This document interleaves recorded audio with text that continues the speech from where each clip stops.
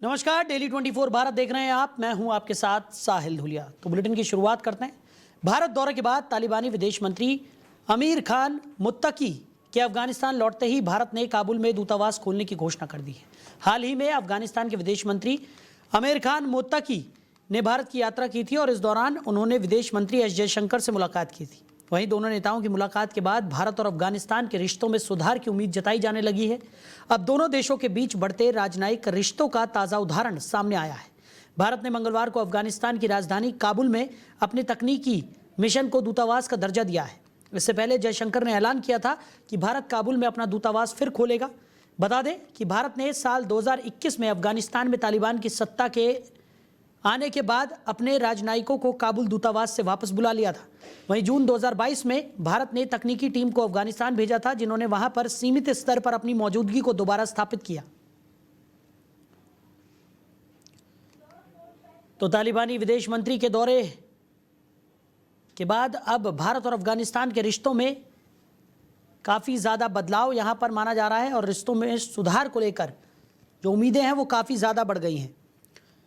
तो इसी खबर पर ज़्यादा चर्चा के लिए डॉक्टर सुनील विपुल, विदेश मामलों के जानकार हैं, वो हमारे साथ जुड़ गए। सुनील जी, बहुत स्वागत है आपका।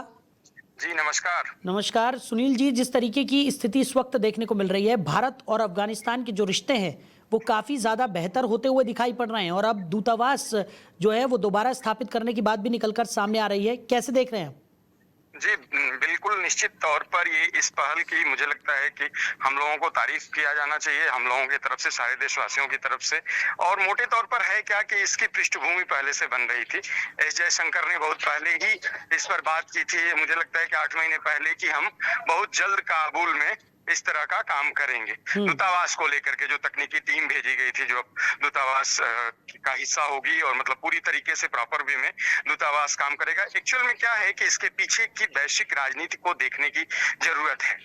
अगर आप देखेंगे कि पिछले कुछ वर्षों में जिस तरह की परिस्थितियां बनी हैं, उन परिस्थितियों में हमारे लिए बहुत जरूरी है कि हम अफगानिस्तान, मध्य एशिया का जो रास्ता है हमारे लिए, उसके लिए अफगानिस्तान से बेहतर संबंध रखें।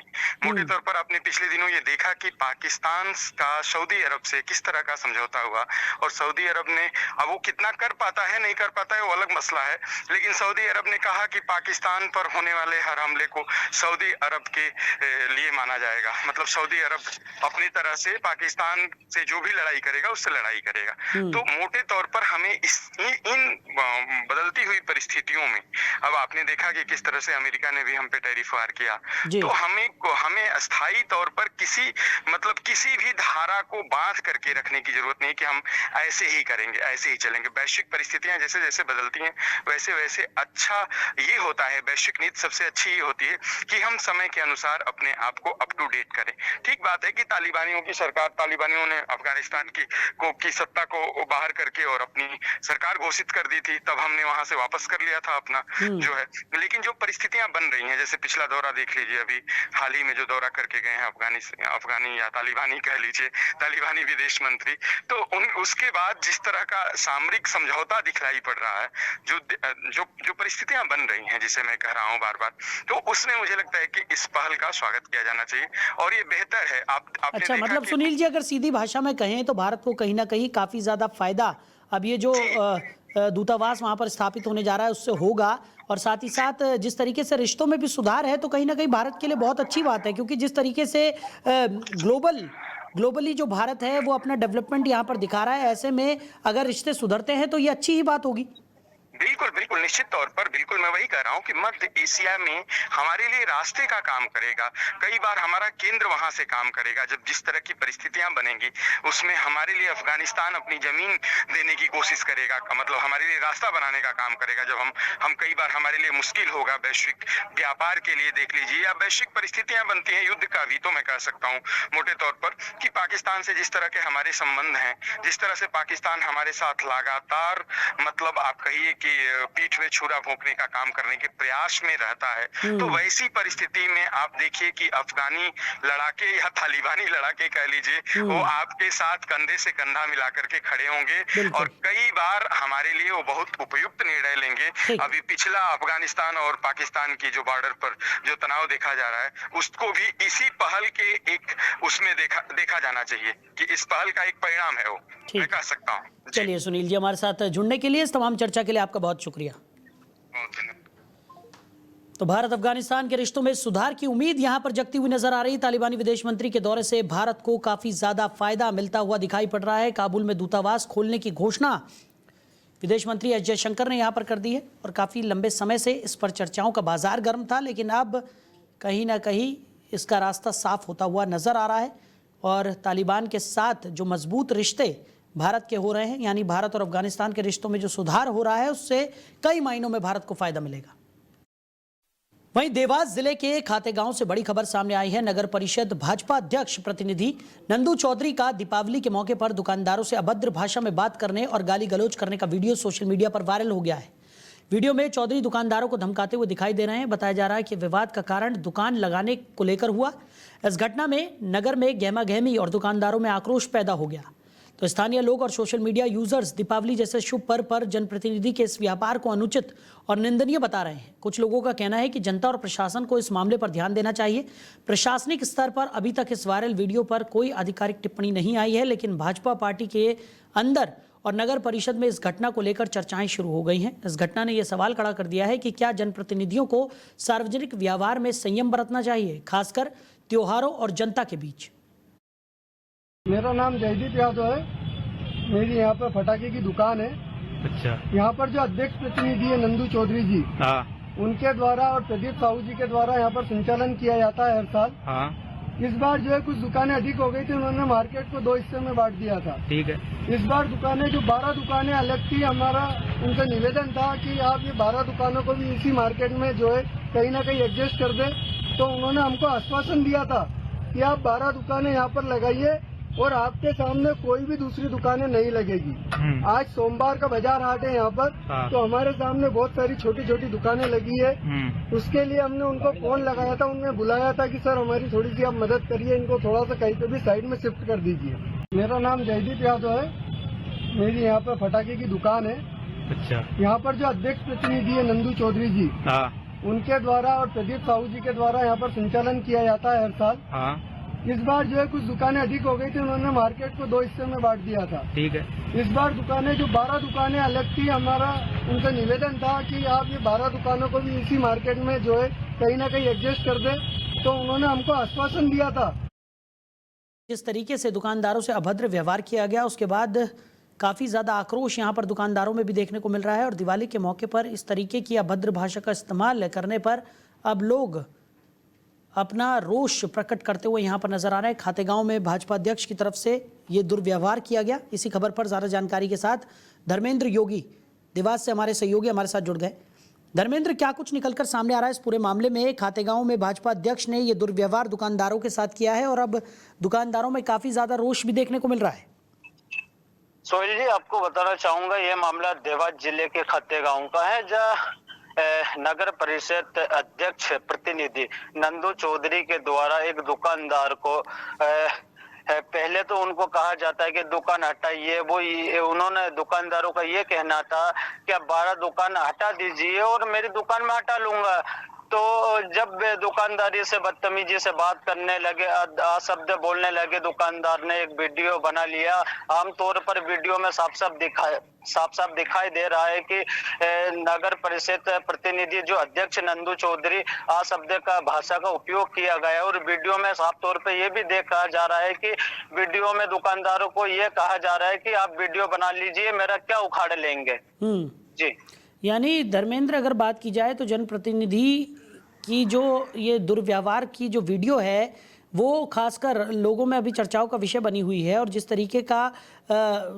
तरीके की चीज़ें यहाँ पर की गई है उसमें साफ तौर पर देखने को मिल रहा है कि लोग जो है वो काफ़ी ज़्यादा आक्रोशित यहाँ पर नजर आ रहे हैं। बहरहाल धर्मेंद्र, हमारे साथ जुड़ने के लिए और तमाम जानकारियों के लिए आपका बहुत शुक्रिया। तो खातेगांव भाजपा अध्यक्ष का दुकानदारों से अभद्र भाषा का इस्तेमाल करने का वीडियो अब सोशल मीडिया पर जमकर वायरल हो रहा है। दिवाली के मौके पर अभद्र भाषा का इस्तेमाल यहां पर किया गया और उसके बाद से दुकानदारों में खासा रोष भी देखने को मिल रहा है। वहीं श्योपुर जिले के मानपुर थाना क्षेत्र के माक डोंद गांव से चौंकाने वाली खबर सामने आई है। एक युवक को अपनी प्रेमिका से मिलने के प्रयास के कारण तालिबानी सजा दी गई। बताया जा रहा है कि युवक को पकड़कर उसके सिर मुंडवा दिया गया और उसे चोटें पहुंचाई गई। घटना के अनुसार युवक प्रेमिका से मिलने गया था, लेकिन उससे पहले स्थानीय लोगों और परिजनों ने उसे पकड़ लिया। इसके बाद भीड़ ने उसे सजा दी। घटना का वीडियो सोशल मीडिया पर वायरल हो रहा है और लोग इसको लेकर नाराजगी और चिंता भी व्यक्त कर रहे हैं। स्थानीय लोगों के अनुसार ये सजा युवाओं के लिए संदेश देने के उद्देश्य से दी गई, लेकिन कानून और मानवाधिकार विशेषज्ञों ने इसे निंदनीय और गैर कानूनी बताया है। सोशल मीडिया पर वीडियो के तेजी से फैलने के बाद प्रशासन ने भी मामले की जांच शुरू कर दी है। वहीं पुलिस का कहना है कि मामले की जांच जारी है और दोषियों के खिलाफ कड़ी कार्रवाई की जाएगी। वहीं आपको बता दें कि नशा तस्करों पर पुलिस का शिकंजा कसता हुआ दिखाई पड़ रहा है। कौथल में नशा तस्करों पर पुलिस ने ये शिकंजा कसा है। बता दें कि कैथल डीएसपी क्राइम सुशील प्रकाश ने प्रेस वार्ता में जानकारी देते हुए बताया कि एंटी नारकोटिक सेल प्रभारी एसआई राजवीर सिंह की टीम शाम के समय गश्त के दौरान अंबाला बाईपास नाका कैथल के पास मौजूद थी, जहां एक गुप्त सूचना मिलने पर पहुंची पुलिस ने 2 नशा तस्करों को गिरफ्तार कर लिया, जिसके पास से 2 किलो 642 ग्राम चरस बरामद की गई। साथ ही आरोपी के खिलाफ थाना सिविल लाइन में मामला दर्ज किया गया।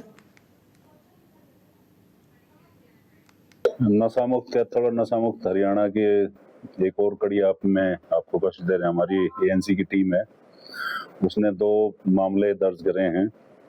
एक तो राजवीर अपना इंचार्ज एएनसी है, उसके नेतृत्व में, एक एएसआई राजेश है उसके नेतृत्व में, जिसमें दोनों में हमने 2 तस्कर काबू किए हैं और उनसे 2 किलो 642 ग्राम चरस बरामद की है।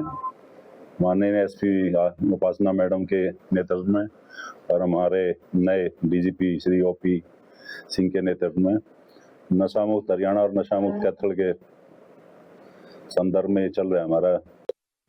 वहीं उज्जैन जिले के भिड़ावद गांव में गोवर्धन पूजा के मौके पर एक अद्भुत और साहसिक परंपरा निभाई जाती है। इस अनोखी रस्म में श्रद्धालु अपनी मन्नतों के साथ जमीन पर लेट जाते हैं और उनके ऊपर से सैकड़ों गायों का झुंड दौड़ता है। ये परंपरा सैकड़ों साल पुरानी है और हर साल दूर दराज से लोग इसे देखने पहुंचते हैं। श्रद्धालु गोवर्धन पूजा से पहले 5 दिन उपवास रखते हैं, भजन कीर्तन करते हैं और माता भवानी के मंदिर में अपनी भक्ति अर्पित करते हैं। पूजा के दिन वो अपनी मन्नत को लेकर इस साहसिक परंपरा में भाग लेते हैं। स्थानीय बुजुर्गों का कहना है कि आज तक किसी को कोई नुकसान नहीं हुआ और ये भीड़ और गायों के बीच श्रद्धालुओं का विश्वास आस्था का प्रतीक है। स्थानीय लोग मानते हैं कि गाय के चरणों में 33 करोड़ देवी देवताओं का वास होता है। उनके पैरों के नीचे आना सीधे भगवान के आशीर्वाद से जुड़ना माना जाता है। यही कारण है कि इसे गाँव के लोग डर नहीं बल्कि पुण्य समझते हैं। भिड़ावद गांव की ये परंपरा न केवल आस्था की मिसाल है बल्कि साहस और विश्वास का अद्भुत संगम भी है। घोरी प्रथा सर ऐसा है कि घोरी पड़ने वाले जो लोग रहते हैं, ये एकादशी के दिन से ही गांव का एक मंदिर है माँ भवानी का, जहां पर ये लोग 5 दिन तक गांव की परिक्रमा करते हैं और रात्रि विश्राम भी वहीं पे करते हैं। और फिर गायों को एक जगह इकट्ठा किया जाता है, फिर ये घोरी पड़ते हैं तो घोरी जमीन पर लेट जाते हैं, गाय सारी ऊपर से निकल जाती है। गायों की संख्या भी काफ़ी होती है और किसी प्रकार की कोई हानि इनको नहीं होती। इस पूजा को घोरी बोला जाता है और ऐसा माना जाता है कि जो मन्नत मांगते हैं वो लोग गाय के नीचे सो जाते हैं और ऊपर से गौ माता जो है वो निकल कर जाती है और उन्हें कुछ नहीं होता, क्योंकि ऐसा माना जाता है कि गाय में 33 कोटि देवी देवताओं का वास होता है, इसलिए उनको कुछ नहीं होता और वो वापस उठ के नाचने लगते। गोवर्धन पूजा के दौरान ये अद्भुत नज़ारा यहाँ पर देखने को मिला है। एक अलग ही तरह की मान्यता यहाँ पर है, जिसको लेकर जो लोग हैं वो गायों के चरणों के नीचे आते हैं और अपने आप को भाग्यशाली महसूस करते हैं। इसी खबर पर ज़्यादा जानकारी के साथ समीर अवस्थी हमारे सहयोगी हमारे साथ जुड़ गए। समीर, एक बेहद ही अद्भुत नज़ारा उज्जैन में देखने को मिला है, जहां पर लोग गायों के चरणों के नीचे आते हैं और उनकी मान्यता है कि ऐसा करने से सभी देवी देवता प्रसन्न होते हैं और ये कई सालों से ये मान्यता चली आ रही है। देखिए बिल्कुल साहिल, मध्य प्रदेश के उज्जैन से एक रोंगटे खड़े कर देने वाली तस्वीरें सामने आई है। भिड़ावद गांव में गोवर्धन पूजा के दिन एक ऐसा दृश्य देखने को मिला जो भारतीय आस्था और संस्कृति की गहराई को बाखूबी दिखाता है। यहाँ के श्रद्धालु सिर्फ परंपरा निभाने नहीं बल्कि आत्मसमर्पण और मन्नत के साथ इस आयोजन में शामिल होते हैं। जो गाँव के मुख्य रास्ते होते हैं, गाँव के मुख्य रास्तों में जमीन पर लोग बड़ी संख्या में लेट जाते हैं। उनके ऊपर से सैकड़ों गायों को निकाला जाता है, उनके ऊपर से कुचलते हुए निकल जाते हैं, झुंड गुजरता है। बताया जाता है गाय को शास्त्रों के अनुसार माँ का दर्जा दिया गया है। इसी को लेकर लोग जो है गाय रास्ते में लेट जाते हैं और जो है इस परंपरा को निभाते हैं और लोग बड़ी संख्या में शामिल होते हैं।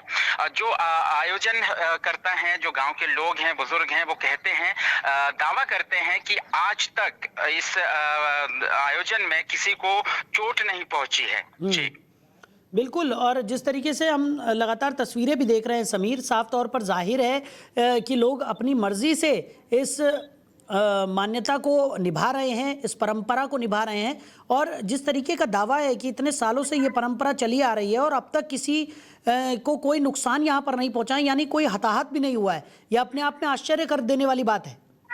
बिल्कुल। देखिए, यह आयोजन सिर्फ बाहरी रूप से जो है साहसिक नहीं है, बल्कि भीतर से आस्था, तपस्या और श्रद्धा का मेल है। यहाँ के लोगों का मानना है पहले 5 दिन उपवास रखते हैं, फिर माता भवानी के मंदिर में भजन कीर्तन करते हैं। इसके बाद गोवर्धन पूजा के दिन वे अपनी मान्यता को लेकर इस परंपरा का हिस्सा बनते हैं। सबसे खास बात यह है कि यहाँ के बुजुर्ग जो है बड़े ही दावे के साथ यहाँ पर कहते नजर आए कि यहाँ ना तो कोई डर है, ना कोई संदेह, सिर्फ एक भरोसा है। और वो भरोसा इतना गहरा है कि लोग अपनी जान की परवाह तक नहीं करते। हालांकि प्रशासन के द्वारा यहाँ पर सुरक्षा को लेकर पुख्ता इंतजाम किए जाते हैं, मेडिकल टीमें मौजूद होती है और साथ ही स्थानीय जो स्वयंसेवक हैं वो भी तैनात रहते हैं। लेकिन यहाँ के लोगों का ये भी कहना है, जहाँ विश्वास होता है वहाँ भय नहीं टिकता। ये परंपरा जो है सिर्फ एक धार्मिक आयोजन नहीं है, बल्कि उस जीवंत संस्कृति का उदाहरण है जहाँ गाय, धरती और देवताओं को एक ही भाव से पूजा जाता है। और यही भारत की असली पहचान है और भारत की आत्मा है, जहां आत्मा और परंपरा को एक दूसरे से बांधे हुए हैं। मैं बता दूं साहिल जी कि जो दीपावली है, दीपावली के अगले दिन गोवर्धन पूजा मनाई जाती है। इसका सीधा संबंध जो है भगवान श्री कृष्ण की लीलाओं से जुड़ा हुआ है, जिसका उद्देश्य है प्रकृति, गौ माता और अन्न का सम्मान करना। पौराणिक कथाओं के अनुसार जब इंद्रदेव को क्रोध से ब्रज में मूसलाधार बारिश हुई थी, तब जो है श्री कृष्ण ने अपनी छोटी उंगली पर गोवर्धन पर्वत को उठाकर गांव वासियों की रक्षा की थी। इसी मान्यता के अनुसार और लगातार जो है हर वर्ष और कई सदियों से और कई सालों से उज्जैन में इस प्रकार की जो है आयोजन किए जाते हैं और गांव के लोग जो है बढ़ चढ़ कर हिस्सा लेते हैं। चलिए समीर, हमारे साथ जुड़ने के लिए, इन तमाम जानकारियों के लिए आपका बहुत शुक्रिया।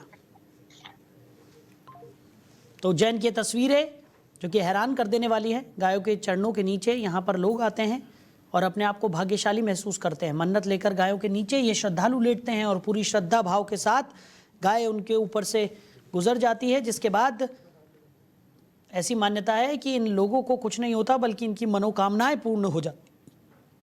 उधर यमुनानगर के जटलाना थाना क्षेत्र में इन्फोर्समेंट ब्यूरो ने अवैध खनन माफियाओं के खिलाफ बड़ी कार्रवाई की। शुक्रवार की रात गुप्त सूचना के आधार पर टीम ने यमुना नदी और आसपास के जंगल क्षेत्र में रेड की और एएसआई राजेश कुमार के नेतृत्व में की गई इस कार्रवाई में टीम ने 20 ट्रॉलियां और 6 ट्रैक्टर जब्त किए। वीडियो और तस्वीरों में साफ देखा जा सकता है कि ट्रॉलियों में भारी मात्रा में अवैध खनन सामग्री भरी हुई थी।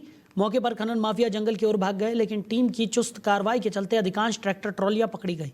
इस दौरान इंस्पेक्टर रोहतास ने मोर्चा संभालते हुए जेसीबी मशीन से ट्रॉलियों में भरी सामग्री नीचे उतरवाई। एनफोर्समेंट ब्यूरो के अनुसार पकड़ी गई सामग्री और ट्रॉलियों के आधार पर लगभग 40 लाख रुपए से अधिक का जुर्माना लगाया जा सकता है। टीम की तेज और योजनाबद्ध कार्रवाई ने यह साबित कर दिया है कि कानून से ऊपर कोई नहीं।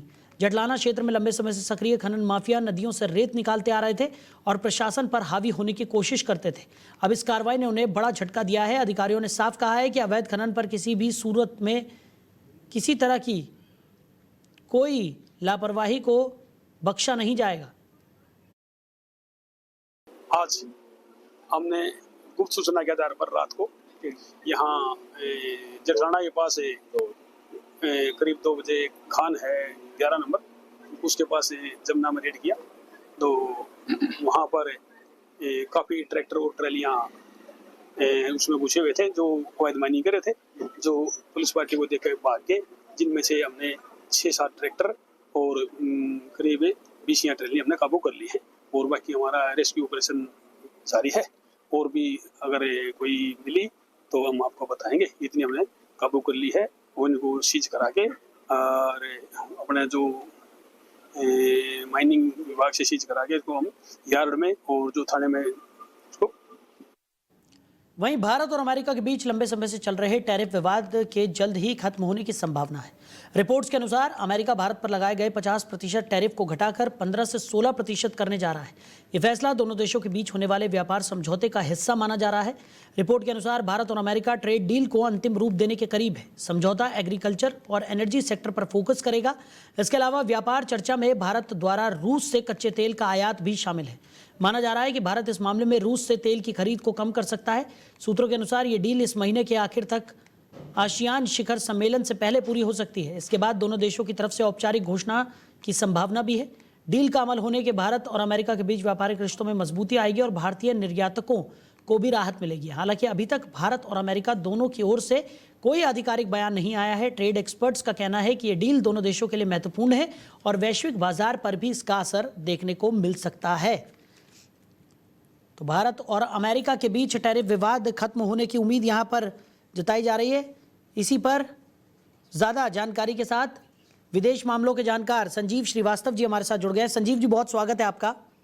जी धन्यवाद। संजीव जी, भारत अमेरिका के बीच जो टैरिफ विवाद चला आ रहा है, क्योंकि 50% टैरिफ यहाँ पर अमेरिका ने भारत पर लगाया हुआ है, अब ऐसे कयास लगाए जा रहे हैं कि ये टैरिफ घटकर 15 से 16% पर आ सकता है। ऐसे में काफ़ी सारे जो परेशानियां हैं वो यहाँ पर खत्म होती हुई नजर आएंगी और भारत और अमेरिका के जो रिश्ते हैं उसमें भी मजबूती यहाँ पर देखने को मिलेगी।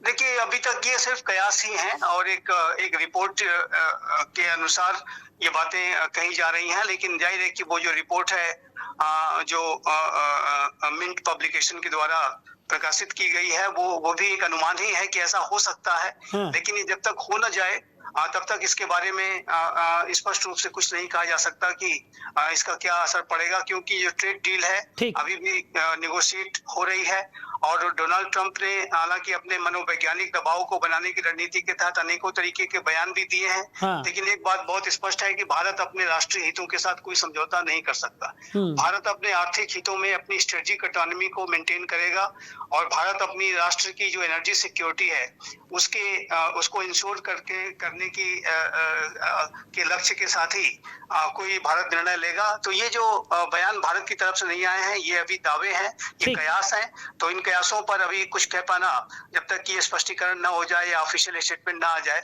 अभी संभव नहीं होगा। चलिए संजीव जी, हमारे साथ जुड़ने के लिए, इस तमाम चर्चा के लिए आपका बहुत शुक्रिया। तो भारत रूस से तेल आयात को भी कम कर सकता है, ऐसे भी कयास लगाए जा रहे हैं। हालांकि अभी किसी तरह की कोई आधिकारिक पुष्टि यहाँ पर नहीं हुई है, लेकिन भारत और अमेरिका के बीच टैरिफ विवाद खत्म होने की उम्मीद यहाँ पर इस रिपोर्ट के सामने आने के बाद जग गई है। लखीमपुर खीरी के मैगलगंज में डबल डेकर बस में आग लग गई। वहीं चाय पीने नीचे उतरने से सभी सवारी बाल बाल बच गए। बता दें कि बस दिल्ली से सीतापुर जा रही थी, जिसको लेकर एक बार फिर से सड़क पर बस संचालन के नियमों पर सवाल खड़े हो रहे हैं। तो फिलहाल इस बुलेटिन में मेरे साथ इतना ही। आप बने रहिए। नमस्कार। सत्ता की हर चाल पर हमारी नजर, जनता की आवाज सबसे पहले, सच की पड़ताल करेंगे हम। क्या छपा क्या छिपा, राजनीति के खेल का पर्दाफाश, जहां राजनीति को परखा जाता है जनता की कसौटी। राष्ट्रहित है हमारी प्राथमिकता, जहां बॉलीवुड की चमक भी सच्चाई से टकराती है।